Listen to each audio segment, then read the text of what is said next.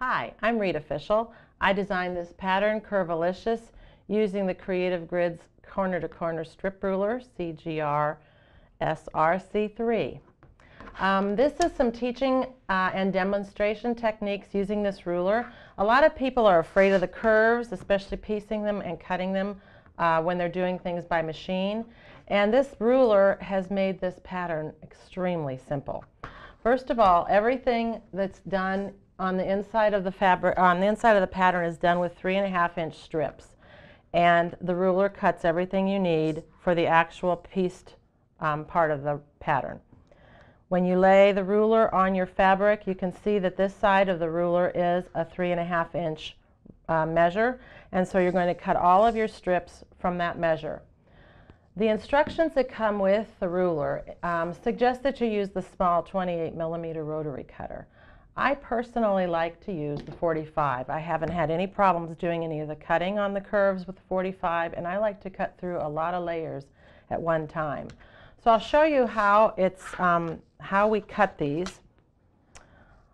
You'll notice that there are two different shapes across the top of this ruler, and both of these are designed to cut on the 3.5-inch strip. These shapes I call the pie shapes, and these shapes I call the L shapes. We're going to start with the pie shape. You're going to lay your strips out, however many layers you're comfortable cutting through. Lay your tool or your ruler on the strip and then begin cutting. Now notice, I don't know if you can see from the video, but there's a small gap of maybe 3/8 of an inch between the first shape and the second shape here. I hate to waste fabric, and I know that my students appreciate the fact that I hate to waste fabric. So I begin cutting by starting inside that little knuckle, which allows me to get all the way across that strip, and then I'll take my curved cut on the outside. That cut my first shape right here. Now I could just continue on and cut the next shape and then move down and keep cutting, but this little 3/8 inch gap could amount to the fact that at the end you're going to be one shape short. So I just cut it and move it out of the way. Then I line my next shape up against that raw edge and I cut the next shape.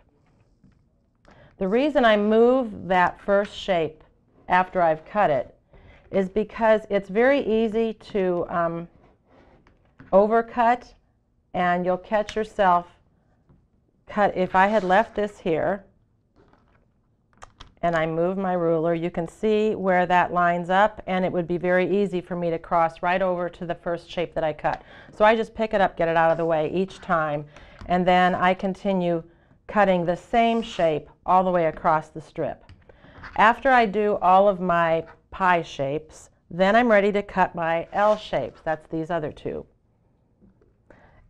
All in the pattern here, every shape is cut from every color. So I'm going to cut white L shapes as well as the white pie shapes, but I just do one shape per strip. So now I'm ready to cut these L's. Now you'll notice there's a bigger gap between the two shapes here, and those are there for a deliberate reason. When I lay this down, first I want to get rid of my selvage.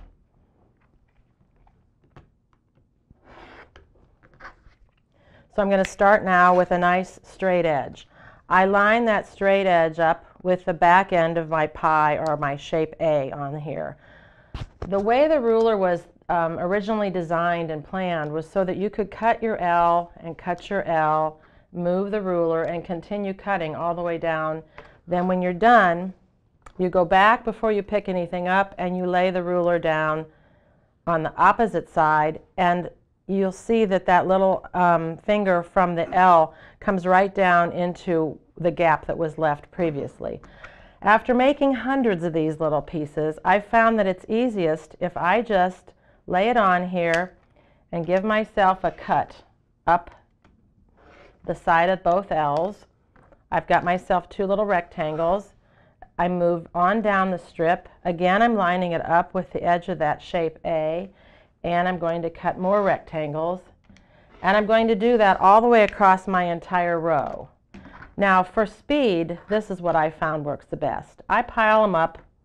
I'll just do 4, but you can do 4 or 6 or however many you're comfortable cutting through. Start with a fresh blade. Now I'm going to tilt this so that it's at a comfortable angle for me. And I lay this back down, and I just take my rotary cutter and I roll it along the edge here. Now from teaching this, what I realized is I just don't even think about it, I just cut.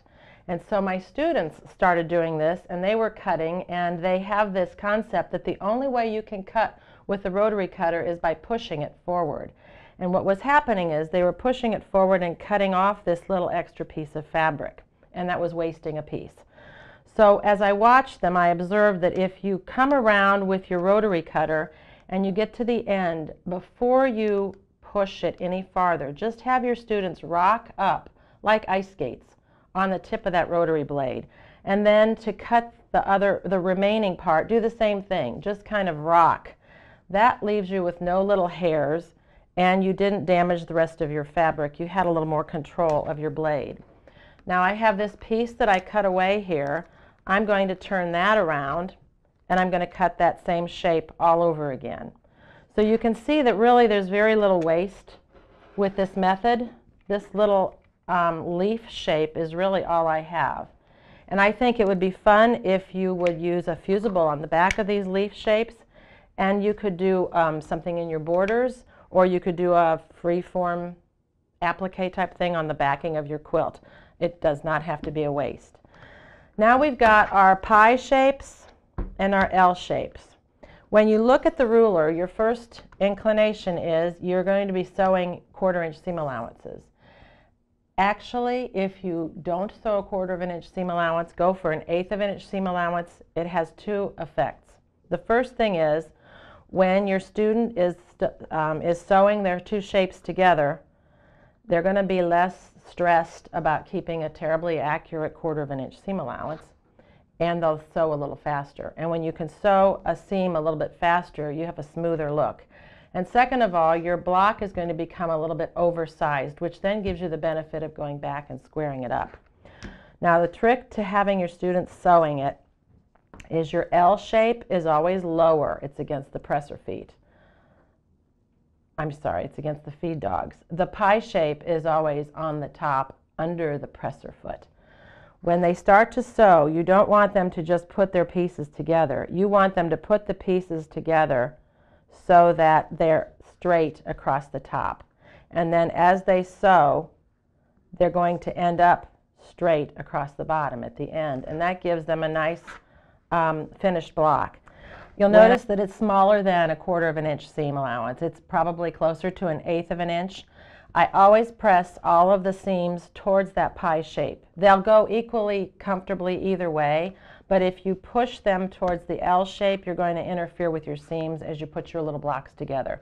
So always press towards the pie shape. It's not a bad idea to have a little best press on hand, and it also helps if your student has a stiletto or maybe a nice sharp seam ripper to do this. Now we've got this all sewn and pressed, and it's a little bit oversized, so I have the opportunity now to go back and square it up. I'm using the Creative Grids 3.5 inch square ruler. There is a nice defined 1/4 inch line on the edge of the little square ruler, and I want to make sure that this area here and on the diagonally opposite corner are both less than a 1/4 inch when I square them up. I bring it in here so that my 1/4 inch seam is on my pie on both sides. Then I rotary cut around the block. What that does then, it gives me an accurate 3.5 inch square, but because this is a little bit less than a 1/4 inch here, what happens is this curved seam drops off into the seam allowance before it gets to the intersection, giving you the illusion of a long, graceful, continuous curve.